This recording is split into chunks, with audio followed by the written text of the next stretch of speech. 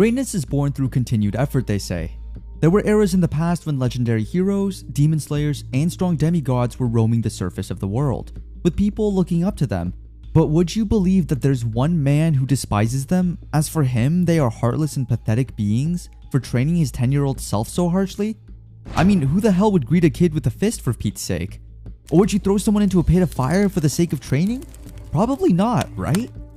Well, believe it or not, the greats do these to train Davy in a place called the Hall of Heroes, all for the sake of making him stronger than he was before. And finally, all the suffering that Davy has endured for the past 1,000 years in the hands of these said heroes is now finally over. But before he leaves the sacred place, he still has the guts to make fun of his nunas, or grandmas as he refers to them, making them angered while he is still happily unbothered. Davy is quite shocked as he thought he would yet again receive another painful punch from the heroes, but instead he got a sincere, heartfelt goodbye. Davy then went on his way, turning his back from the sacred place, while the heroes loudly screamed their goodbyes. However, "Let us never see each other again," he says. Seems like he had a really rough time with them, huh? And just like that, he walks farther and farther into the light.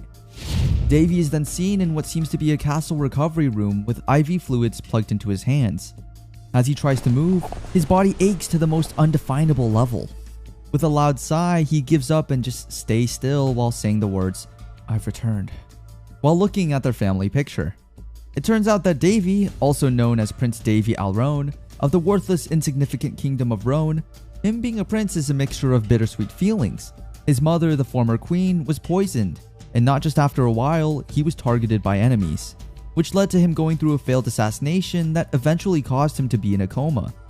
But those who have wronged him should look out, since during his deep slumber, his soul traveled to a place where the greatest of the great gathered, and there he underwent excruciating training, which now made him the biggest threat his enemies could possibly imagine. A flashback then occurs. While Davy was still in the Hall of the Heroes, a weird man with a lion mask who turns out to be Hercules, the god known for his extreme strength, initially trained Davy to become the survivor that he is now. Back to the present, Davy wakes up once again, remembering he has already come back to the shitty world he originally lived in. Another day in the castle has started, and a so very cute maid named Amy enters his room to take care of him. Though it seems so depressing that only one person visits him, and for the fact that Amy isn't even a family member, Davy is still thankful. As Amy leaves the room, Davy tries to sit on his own, which he surprisingly did. He then checks the calendar to check how long he has been in a coma. And oh god, the shock on his face is indescribable. I mean, who wouldn't? He's been in a coma for 6 long years. Sheesh, that's a lot of years wasted in bed. Knowing this, he is now motivated to recover as quickly as possible. He can do so by using the magic he is able to acquire during his time in the Hall of the Heroes. "Restore, heal," he says. But seems like it doesn't work. A flashback then occurs once again. Since Davy's power when he arrived at the Hall of the Heroes were below average, the great hero, Daphne, decided to teach him personally. Daphne said that he needs to wield his abilities for him to acquire the holy power, which is the power of the god that rules purity and health. That said, the flashback ends. Back in the present, Davy is still struggling to use the restore heal magic since his body has become stiff. I mean, who wouldn't if he has been sleeping in his bed for 6 years? Despite this, with all the strength that remained in his body, he tried one more time. "Restore, heal," he says. And as the old saying says, with determination, a good result is achieved. He's finally able to cast the spell. He then gently moves out of the bed, while gently putting his feet on the ground for the first time. He then walks one step at a time as if he is back to square one. As he reaches the balcony, the wind greets his body. Looking so happy being able to feel the overflowing energy, he starts to shout. Little did he know that Amy is watching him from the back while he's looking so funny. As a result, he screams inside out of embarrassment. Royal Dr. Ramses then pays the prince a visit, and is so astonished by his fast recovery. However, on the other side of the room, his evil stepmother is so bitter about his recovery. The current queen, Linnes Barriette, turns out to be the one who poisoned Davy's mother in order to take the crown. She even brought her 2 children, Benedis and Carlos. How impudent. They're so shameless that they even asked Davy if he knows who stuck the arrow at him that ultimately led to his coma. Little did they know, Davy already knew it was Carlos who did it. And to frighten Carlos, he asked them if they know what the punishment is for an attempted assassination of the crown prince. and Carlos seems to bite into Davy's schemes. Even the current queen is quite nervous after hearing what Davy said. After the initial checkup, Davy's not so welcomed visitors leave. Davy then drops to his bed, trying to think how he will execute his revenge. But before that, he will rest. Davy has been constantly making an effort to get stronger. Amy then enters the room bringing him some food, or in Davy's vocabulary, some medicine. He's been eating the same soup, which according to Amy is a must if he wants to recover quickly. Disregarding the taste, even if it hurts, Davy asks for 10 more plates. Whoa, that's a hell of a lot of liquid in his body. And as a result, as a human, he will initially have ended up spending a good hour or two in the bathroom. Who said a prince like Davy wouldn't worry about food? Well, you're very wrong, my friend. Since in Davy's case, he even needs to worry about how much food he has consumed due to the tight budget that the finance department gives them. Davy is also quite surprised that Amy's not getting enough salary that she deserves for single-handedly taking care of him and the whole castle for the past 6 years. For Pete's sake! As a result, he offers to give her his income, which shocks Amy. Davy then gets his cane and prepares to visit the castle financing department to ask something. While they were outside, the two had a heartfelt conversation about Davy's relationship with his father, which Davy doesn't consider as one. He then tells Amy that he is looking forward to working with her. As they enter the department, an old man in a green suit greets them unwelcomely, stating that they can't get any money to spend on food and utilities. As they were talking, people around the department glued their eyes on Davy while saying different untruthful things. But Davy isn't the type to back down easily, so instead of leaving, he sits down on a couch and starts interrogating the old man about where the hell the money would go if the initial budget was 500 gold, but they only get 100.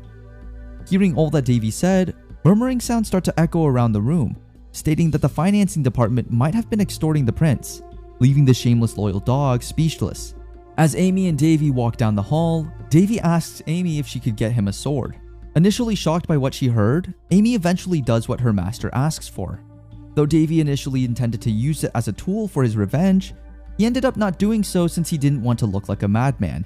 That's why instead of using it to kill his enemies, he will use it now to butcher a boar for dinner. Amy, being the scaredy cat that she is so frightened at the thought that a prince like Davy would allow himself to touch some boar's blood. Despite her efforts to stop him, Davy assures her that everything will be okay, and so he starts cutting open the boar with a big smile on his face. Not gonna lie, for a prince, Davy has great survival skills, all thanks to the survival god who had trained him, none other than Hercules himself. On the other side, the current queen warns her informants to make sure they're doing their job and getting accurate information about Davy, or else they will pay the price in the end. And then guess what? A flashback from the temple then occurs once again. This time it is shown that Davy once participated in an experiment conducted by the heroes of the sacred place, where his mana is being trained to spread all over his body. Though people may think that being someone with magical abilities is always rainbows and butterflies, well, sorry to inform you, it's not. Just like any other skill, controlling mana requires a lot of practice and training, both mentally and physically, which Davy was able to wield during the said training. Going back to the present, in the woods, Davy decides to perform the same experiment he did when he was still in the Hall of Heroes. He first finds a perfect place to do the said spells. As he sits on the green grass with a smile on his face, he starts the operation field as he concentrates on producing mana through his breathing, a technique useful in producing much needed mana in a short period of time. The wind starts blowing and magical power starts overflowing throughout the place. Then, there seems to be someone lurking in the trees, watching over Davy. Although he mostly suspected this was all the current queen's doing, he just let it pass, since if he were to look into it, it would only bring him trouble. He then decides to do the mana circle, a powerful mixture of different techniques that can only be wielded by Davy.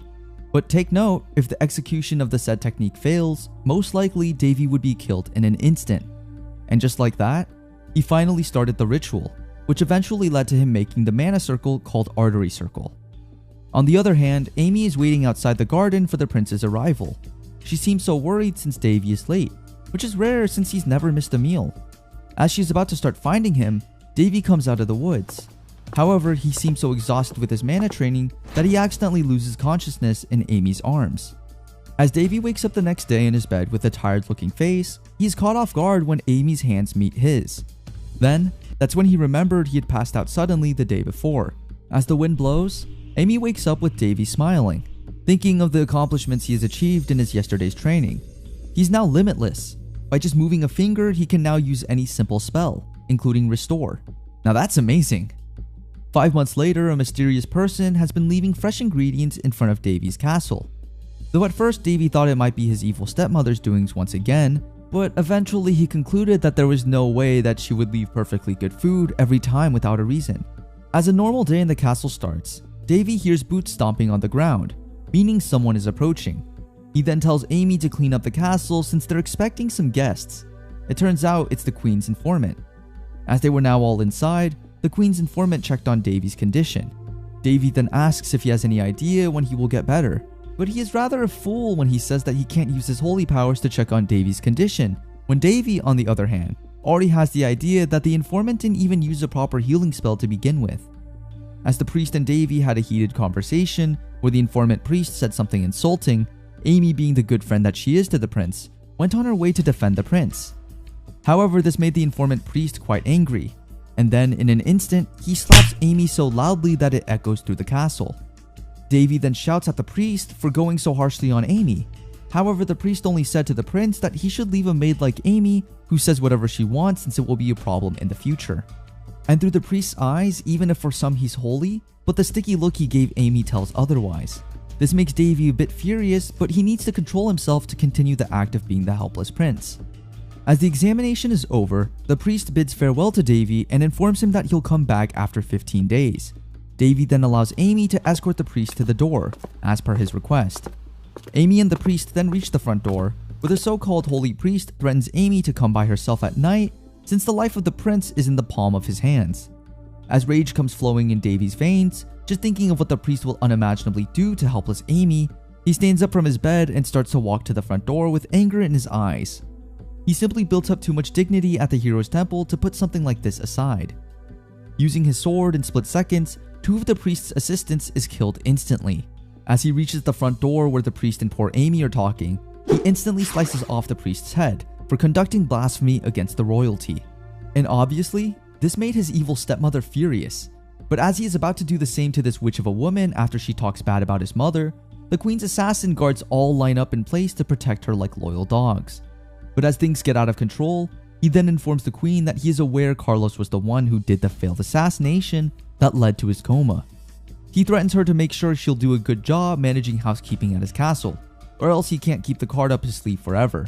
I mean, he should just let her get exposed, but I guess good people can't help but help even the bad ones. The current Queen is now so enraged by the threats that Davy has told her. With no choice but to do as Davy requested, the Queen has now gone insane.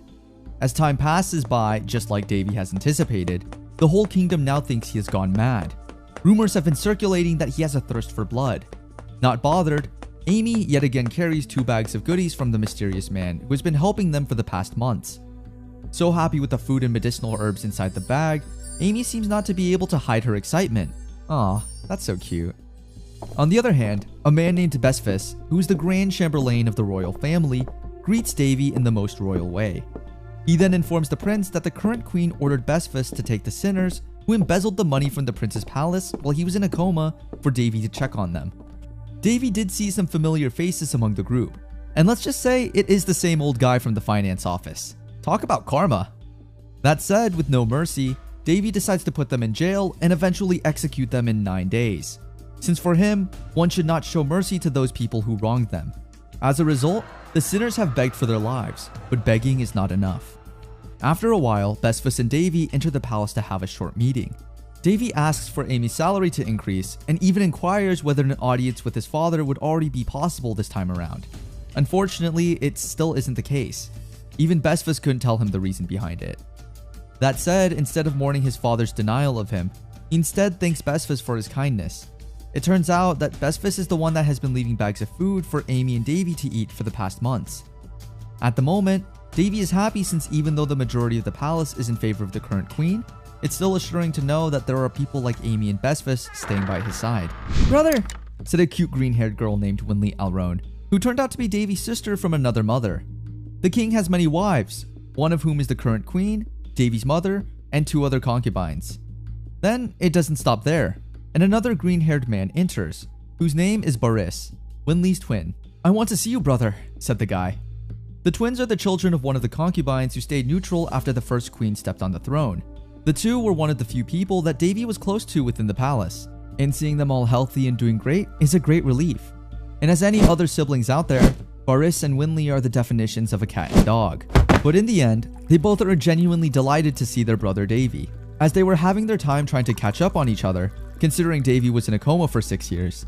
The siblings were sharing some good old conversation over some tea. They even shared how their mother has been really sad for the past years, since their older sister Tana was sent to a foreign kingdom due to Queen Linessa's schemes. That said, to change up the topics a little bit, Davy asked the twins if they have been seeing the king that often, and surprisingly, they are. It seems like only Davy is not permitted to see his father, which is quite saddening to think, actually. The twins can't also seem not to be bothered by the current condition of Davy's palace. Baris protests that they should talk to their father about this, but Davy assures them that he got everything under control. They then continue with their conversation where the twin decides to invite Davy to attend a swordsmanship competition, in which many continents will participate. Technically, it's an Olympics, but for the royals. And since Davy hasn't gone out for a while, it would be nice if he could come with them to the beautiful kingdom of water, Pelisti. And to his love for his siblings, Davy agrees to join them without thinking twice, which obviously makes the twins really happy. Amy is delighted to see the prince's palace look more palace-like after years.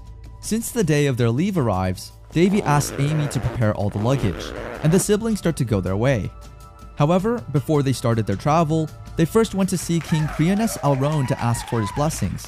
As sad as it may seem, this is the first time Davy is able to see his father since he woke up from a coma months ago. Davy has decided not to force himself on his father and just live his life as it is. The siblings are now on their way to the competition while sipping some good old wine that Davy's mother left to him. They had quite some fun having each other's company, and that's what matters. The royal siblings decide to camp for the night. However, only Davy is able to notice something is off. But this time, he is now ready to make a comeback. The red one is Cyrus, while the blue one is Creus, a moon color that makes the beginning shine and the ending illuminate. On a yet beautiful night, something awful and bloody is going to occur. Since they were still back at the palace, Davy is already smelling something fishy, considering how easily the queen approved of Baris participating in the swordsmanship competition. That's why, since that day, he has stayed as alert as he can. Though there are elite guards with him, the case is still different, considering we're talking about the evil queen. And guess what? Davy's gut feeling turns out to be true. As he is having a quick stroll in the forest beneath the moon's beaming light, he feels a presence lingering in the dark. And in an instant, multiple men in ninja masks starts popping out of the bushes, trying to attack him. It turns out the current queen is planning to assassinate the 3 royal siblings by hiring dozens of well-trained assassins. This made Davy laugh, considering how obnoxious and stupid the queen is for planning to kill 3 royals in one night, which will definitely create havoc in the palace. However, Davy can't do anything now but eliminate each one of them on his own. With just the use of a broken branch, he starts slicing them one by one. Davy is indeed far more powerful and skilled than they are. That's why below the twilight night, bloodshed has occurred. He even tries to let them escape, but then, later on, decides to make their fate the same as the others. "Don't try to become merciful to those who want to kill you," said Davy. The queen now asks the Black Moon Guild spokesperson regarding the mission, but since all of their men fall in the hands of Davy without them having a slight idea, the queen is far more irritated than she is ever before. On the other hand, the royal siblings finally arrive at the beautiful kingdom of Pelisti, which is renowned for being a small yet beautiful country. And in this place, the most anticipated swordsmanship competition will take place. While the siblings are having a stroll in the city, they are able to discuss that there will be 8 countries competing in total. And the most famous and most feared contestant is from the host country, Falan. Her name is Elena de Falan. Yes, you've heard it right. The most feared swordsman in the competition is a swordswoman. It is said that Elena is famous for being the only princess in the family, but other than that, she is also known as the sword god's favorite for owning the god sword, Calderas. Hearing this made Davy remember his sword teacher, Ares. It is also said that Elena is the chosen one. Other than that, she is also known for her majestic beauty. The night of the Eve's festival commences, and the 3 royal siblings look their best.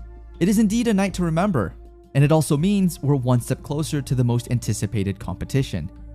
Davy decides to spend his time alone while observing people from the banquet. He starts to notice that despite the competition only catering to swordsmen younger than 20, there are still relatively older people present at the event. I mean, I think it's kinda normal, considering it's a banquet, a place where people make new connections. However, there's one person that doesn't want to be the center of attention, and it's none other than Baris. who turns out to be the crowd's favorite. Even Winley is also getting some attention. I guess it just runs in their family. After a while, Davy took his sister Winley for a dance. While they were swaying their body accompanying the music playing, Winley unexpectedly asked Davy if he had ever thought of entering the competition. Looking so sad, Davy assures his sister that he is fine with what he has, and that with hard work, he will be able to be a great swordsman, with or without participating in any competition. Then, a prince named Valatian grabs Winley asking her for a dance. But looking so furious and annoyed, Winley immediately removes her hand from his grip. Also furious, Valatian hides his anger behind a smile, and instead promises Winley he'll win the competition for her. Impervious by Valatian's promises, Winley walks away with Davy, but this made Valatian even more furious. As he's about to grab Winley, Davy is fast enough to stop him, and he even almost breaks the prince's wrist. Looking so embarrassed, Valatian even made a scene that attracted more attention, and even challenged Davy to a duel. As a result, Elena herself tries to control the situation, and let's just say Davy is shocked to see how similar Elena and Harry's look. Sweat starts dripping off Davy's forehead as he tries to recall Harry's resemblance to Elena, the sword god Harry's, an ancient hero who founded the Falan Empire, which is now one of the 3 great powers of the continent. It is said that he was the original owner of the Holy Sword Caldaris and the founder of the now lost Claymore swordsmanship technique. A technique, when perfected, can move mountains, literally. Staring so much made Elena notice Davy, which later on made him nervous a bit. Elena then diverts her attention to Valatian and asks him to apologize to Davy and Winley if he truly wants to preserve his reputation. But being hard-headed that he is, he didn't do so. That said, Davy now accepts Valatian's challenge to end the commotion. Oh well, little did the poor prince know this would be the end of him. Davy assures his siblings that everything will be alright, and just like that, he starts the duel. The wooden sword is strongly slapped into Valatian's face, catching him off guard. Rage engulfs his body as people now look at him with embarrassment. As a result, Valatian now aims to kill Davy instead. But the question is, will he be able to do it? Not giving up, he keeps on fighting back. However, as each time passes by, he just keeps embarrassing himself to a lot of people. He gets hit one after another, and each hit causes more embarrassment for him. But for some reason, Davy looks calm and unexhausted throughout the fight. It turns out he is utilizing a swordsman technique called Drunk Sword, a technique that aims to make the opponent embarrass themselves rather than kill or eliminate them. And that's exactly what's happening to Valatian as of the moment. This technique is taught to him by the gods above. It is a unique technique since the style is centered on deceiving and manipulating the opponent. As they continue to fight, defeat after defeat, Valatian now decides to use a sword spirit to end it all at once. The crowd, together with his siblings, tries to stop them. However, Davy shocks everyone when he is able to dodge Valatian's fatal attack, causing him to win the entertaining duel officially. After the yet so embarrassing fight for Prince Valatian, people start murmuring some hurtful words about how disappointed they are with the so-called strong, talented prince. Meanwhile, they show they're delighted at Davy's talent for swords.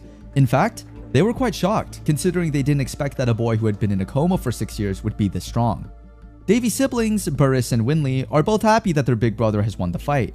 In disbelief at first since they thought he might still be in pain from his coma, but in the end, Davy is far stronger than Valatian, both mentally and physically.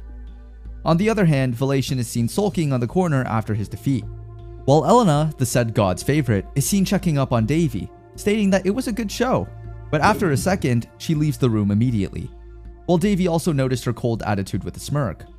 The siblings are now in the carriage on the way to the palace where they will stay. Inside, the two can't stop talking about how they're so amazed by what happened earlier, and how Valatian is an easy opponent to fight with. It is also said that Valatian started eyeing Winley when they went to one gathering where Valatian demonstrated his so-called sword skills. It seems like our boy fell in love at first sight, but we can clearly see in Winley's expression that no matter what, she will not reciprocate the same emotions to Valatian. On the other hand, even if the fight was already over, Boris still seemed to be worried about his older brother's well-being, but Davy assures him that everything is okay in the most humorous way. Meanwhile, Prince Valatian is not okay with the result of their duel. I mean, that's literally what he deserves. He starts throwing things everywhere and everyone is now trying to stop him. His good image before is now ruined, and the fact that he doesn't have the slightest chance to win Winley's heart really makes him furious. It turns out that the current evil Queen of Rhone already arranged Winley's marriage to Valatian, but it seems like Winley has firmly decided that she will not be tying the knot with someone like him. So furious, he orders his men to get out of the room. And while he is breaking everything inside as he wishes to kill the prince, a misty entity emerges. "Do you wish to kill?" the entity asks. Sharyo, her name, offers to help Velation in killing the prince to exact his revenge. Now drowned in rage, Velation accepts the offer. And let's just say it will become bloody. The next day, the long-awaited sword competition has begun, and Davy is on his way to watch Bariss's turn.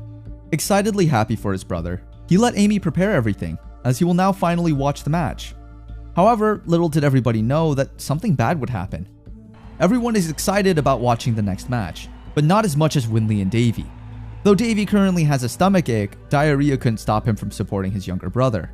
However, just to be ready, he will probably use some of his mana to treat it later. Seems like a really useful power to have. Wish I have one too. Joke. As Bariss shows himself to the public, everyone cheers louder than before. So as the match will now commence, Davy checks who can possibly be Bariss's opponent. And oh lord, they could have made a better matchup than this. It turns out it's Velation versus Bariss.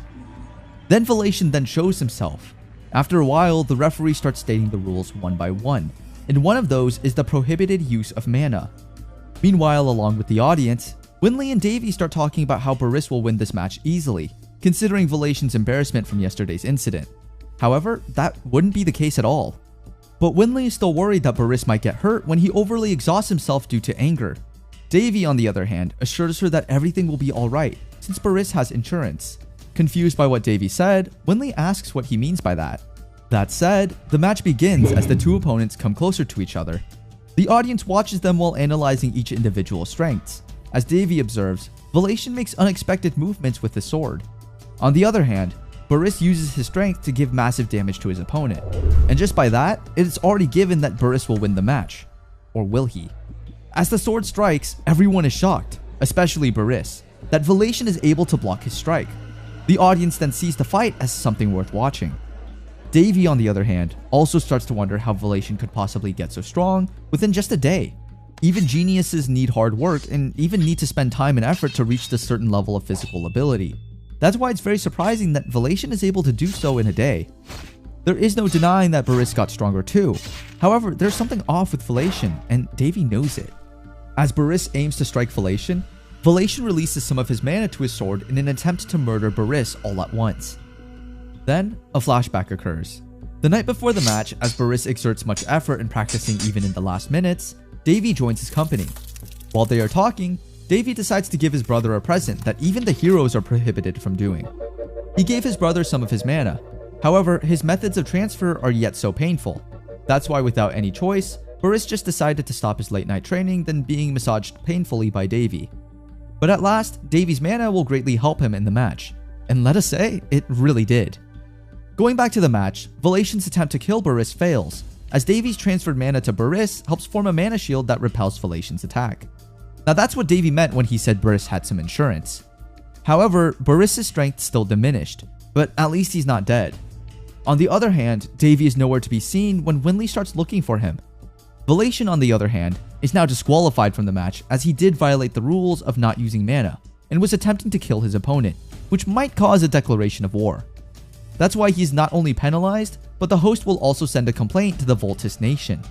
And when one of his royal servants asks him to speak for their nation, with the use of his hand, Velation squashes the poor servant's head like nothing. As everyone is running for their lives, Velation continues to create chaos in the arena. That's why with a smirk, Davy decides to take care of everything by himself.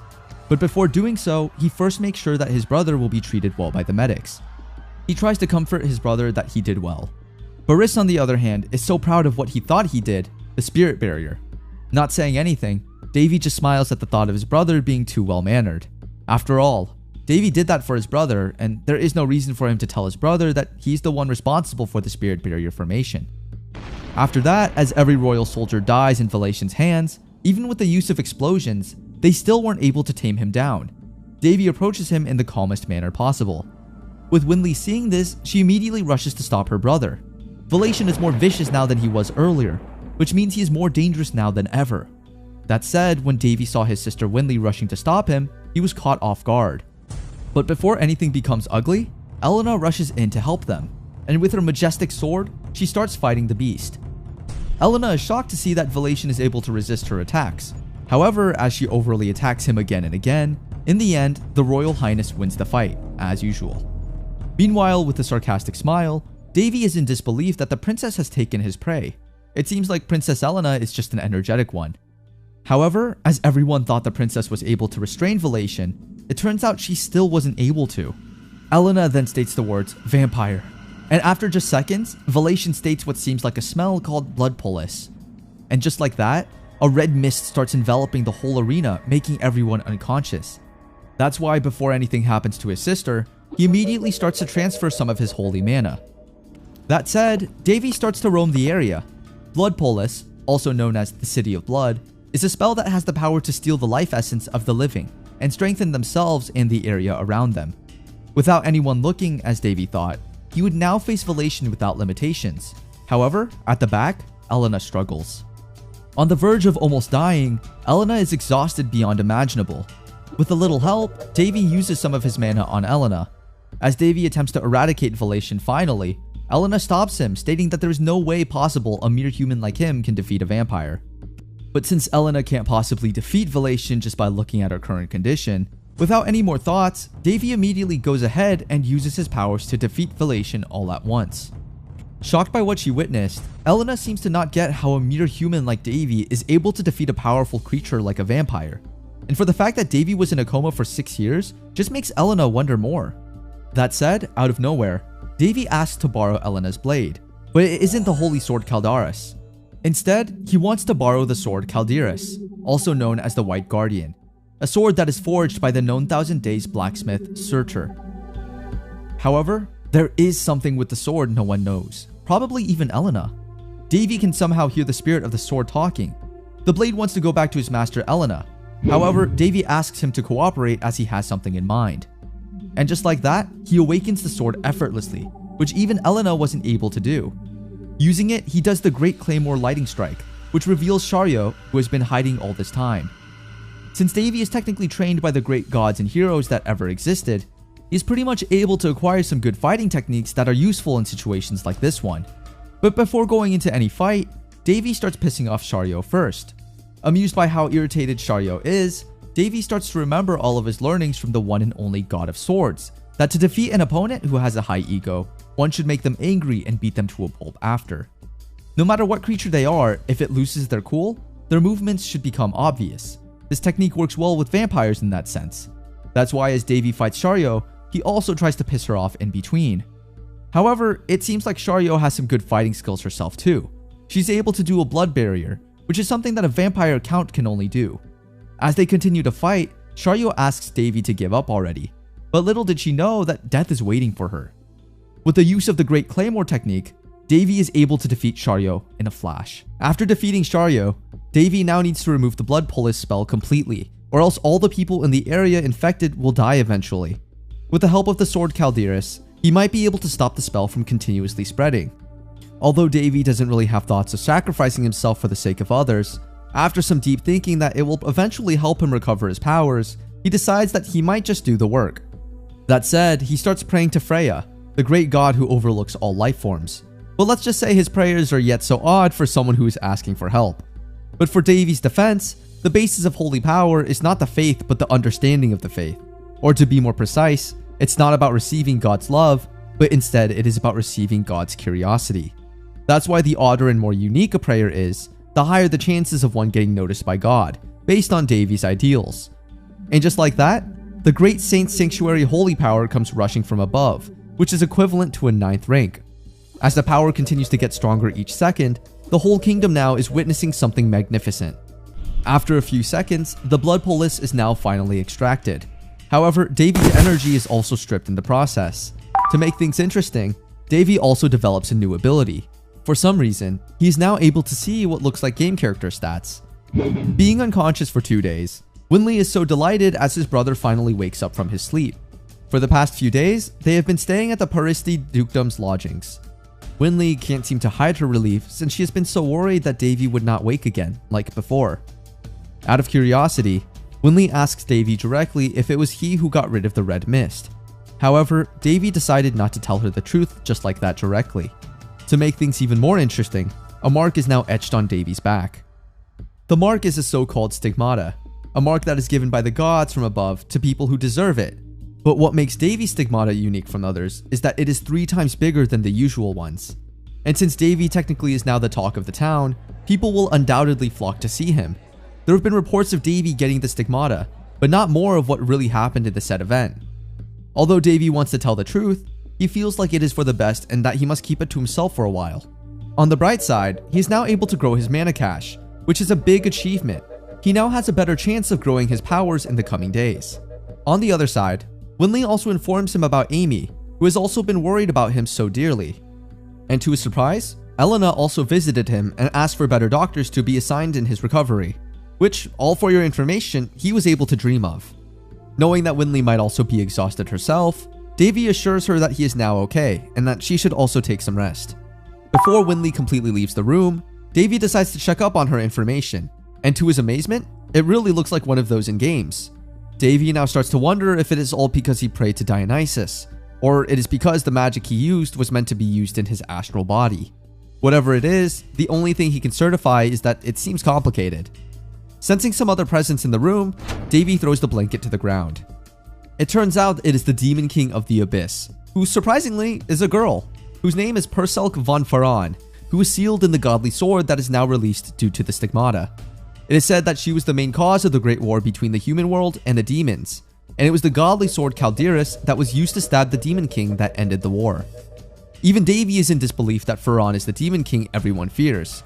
Seems like she is different from other demons he was able to encounter. Faron then informs Davy that according to God's will, she is now transferred from Calderis to him. The game stat thing turns out to be called the status window. Hearing all this information, Davy seems to not simply get why the god bestowed him such great holy powers. On the other hand, Faron now, in exchange for the power she will give Davy, asks him to show her more of the world, and without any hesitation, Davy accepts. And now they have officially formed an agreement. A few days later, as expected, people are now making their way to the lodging place in hopes of taking a look at Davy's stigmata. However, since Davy isn't the type that likes the presence of many people, he decides to run away back home with his 2 siblings.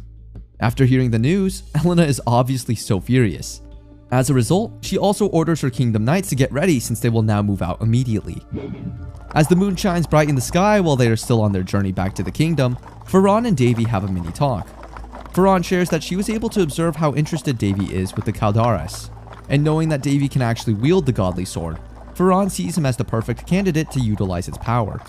However, Davy doesn't have any plans to do so, especially since it is under Elena's ownership. In fact, Davy has a great sword in mind that he truly wants.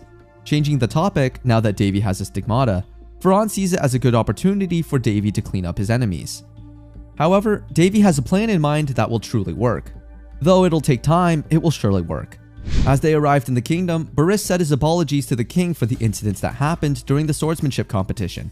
However, the king assures him that it is not his fault and that it was caused by the Boltz's kingdom.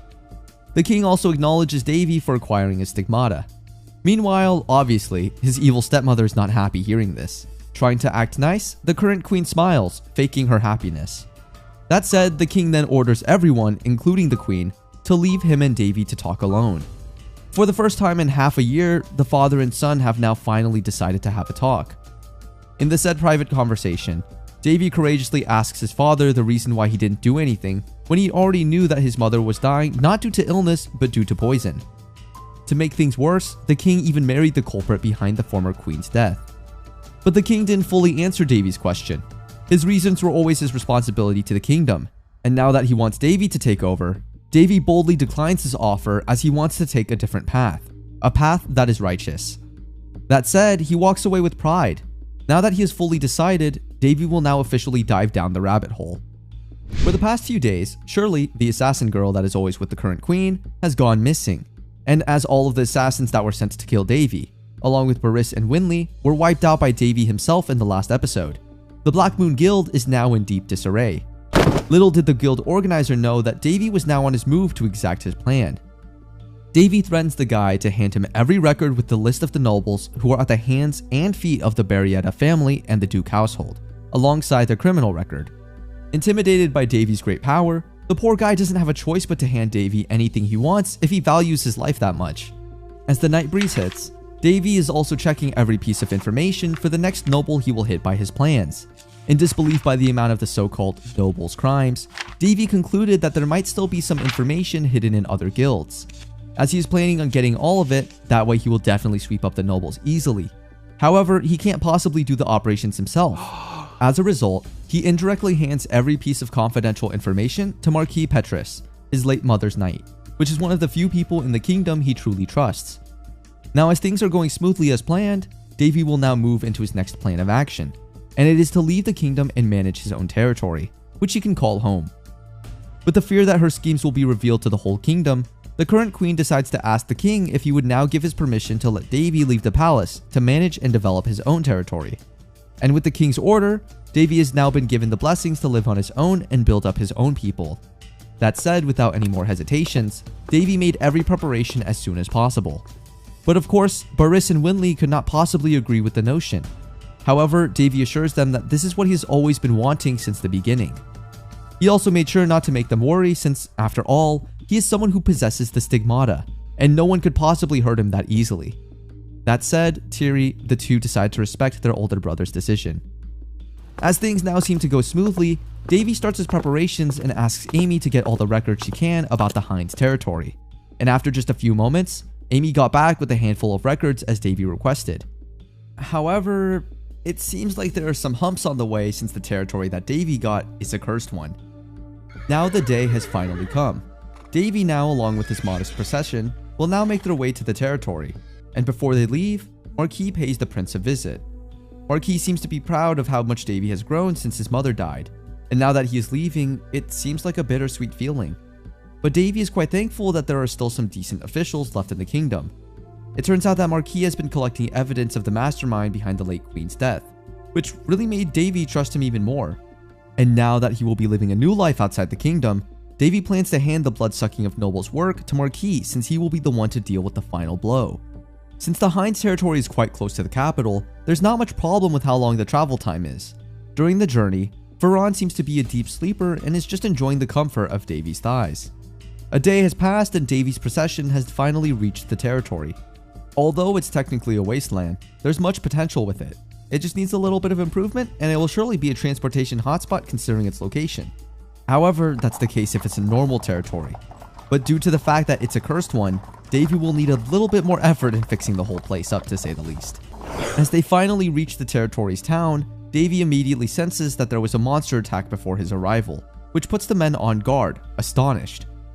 Monmiter, the captain of the watch, continuously says his apologies for not being prepared for Davy's arrival, since he has also been fighting with the goblins the night before. Davy is amazed by Monmiter's passion for his work and people, and the fact that even though he comes from a poor family, he knows how to read. Davy decides to promote him to a higher position for his talent and sympathy. He even promised to make Monmiter a noble if he did great work. Hearing this surprises Monmiter, as well as the others. With the use of a bag of money he was able to acquire in the palace, Davy orders to fix all the damage brought about by the attack, as well as buy all the needed provisions in preparation for winter. Davy also decided to talk to the people and ask for their help in attacking the goblins, though at first, some are hesitant. However, as Davy announces that he will not let anyone die on his watch and that he will also come to the operation, some somehow changed their decision. That said, as night fell, Davy's troops are now sent to the goblins' lair. With his lead, Davy aims the arrow using his power shot at the goblins, initiating the bloodbath that will happen. However, caught off guard by Davy's sudden move, it seems like Davy's men are shocked that they will be making a frontal attack. That's all we have for today. Don't forget to subscribe so you'll be notified if we upload part 5 of this series. Until next time, bye!